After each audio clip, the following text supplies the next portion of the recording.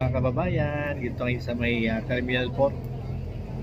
Ayan, pupunta tayo ng Boracay. Bali, ang flight natin ay 6 pa ng hapon for Katiklan.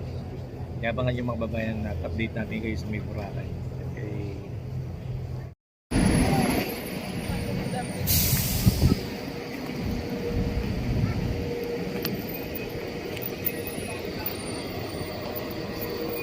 Yan, Cebu Pacific.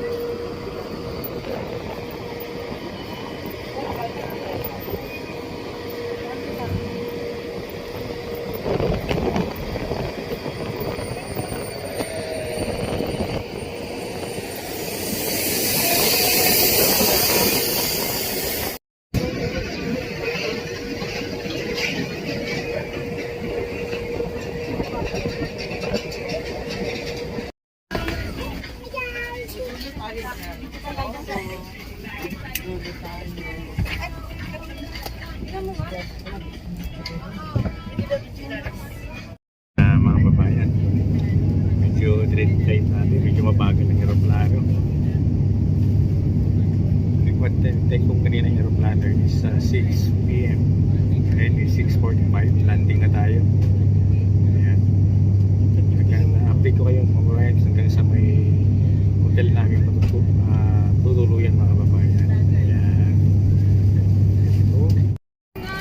Ayan, praise God. At nakarating din tayo. Exactly 7 PM tayo dumating dito. Lumanding sa may Katiklan.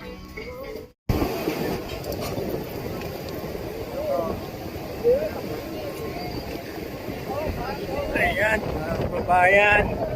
7 exactly PM. Dumating tayo sa may airport ng Katiklan. Ang lakas ng hangin. Bali, 1 oras ang biyahe natin. Pero kung ang sinakyan natin Philippine Airlines at medyo malaki-laki yung aeroplano, mas mabilis. Medyo maliit yung yung Cebu Pacific sinakyan natin maliit siya kaya medyo mabagal. Pati magalaw yung aeroplano pag landing. So, yan, ito, medyo maliit lang yung airport ng Katiklan. Yan. Sakay tayo ng van para papunta ng sasakay tayo ng ferry pa Okay. Ayan, hindi ka nagkalakihan yung yung airport. Dito binababa yung bagahe Ayan.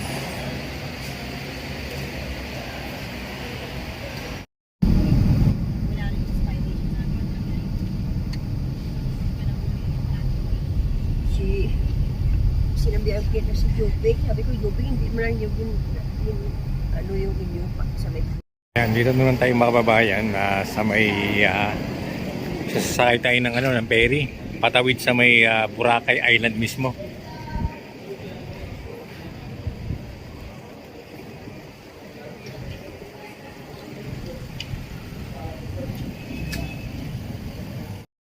Ayan, mga kababayan.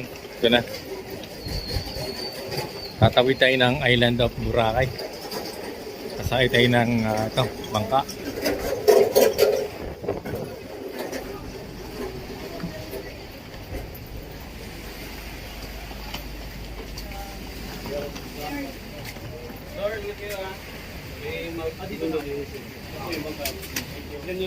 Hawakan nyo lang yung seat number niyo. Kunin yung seat niyo. You're gonna need one pao here? No? You sure? Wait. Oh, wait.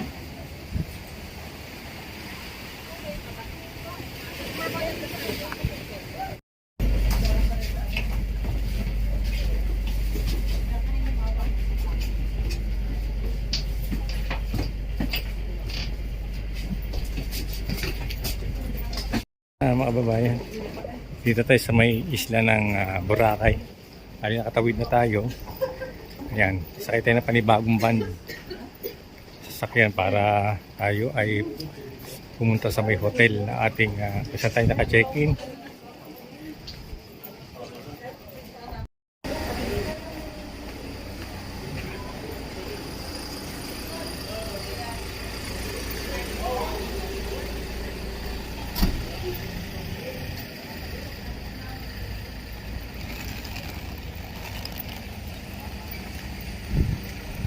Ayan, doon yung ano, doon yung sasakyan.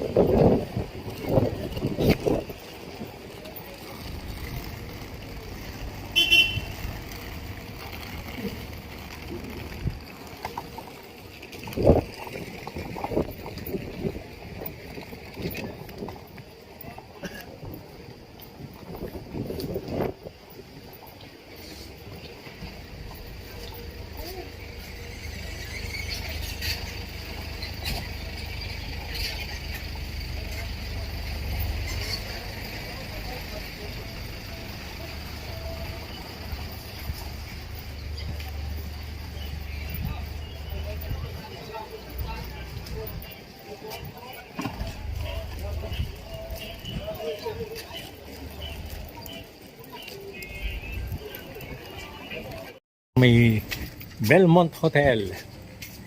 Dito tayo mag-check-in. Itong ating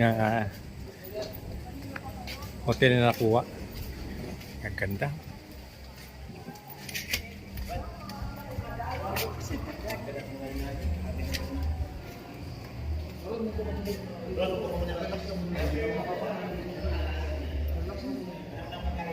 Nag-relax na kayong dalawa Ed. dito ah.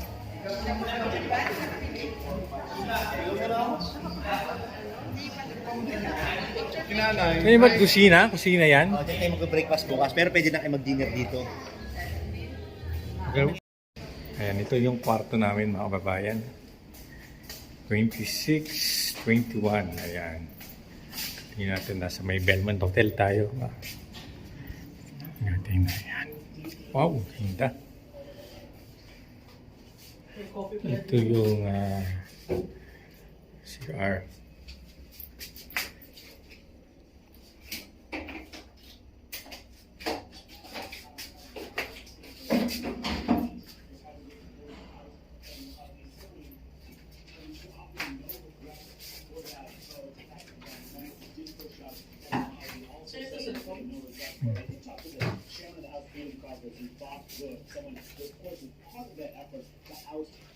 He said that Johnson's job is not, in his view, insecure at the moment. He said he's not going to push his ouster because Johnson right now, he said he cannot blame him. He'll mess up behind.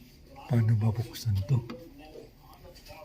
For the mess that they are currently in, which is lurching from potential crisis to potential crisis, kicking the can down the road for just another few weeks. They'll take yet another shutdown deadline and questions about how we can proceed. Ganda. Ayan, ito yung aming dinner.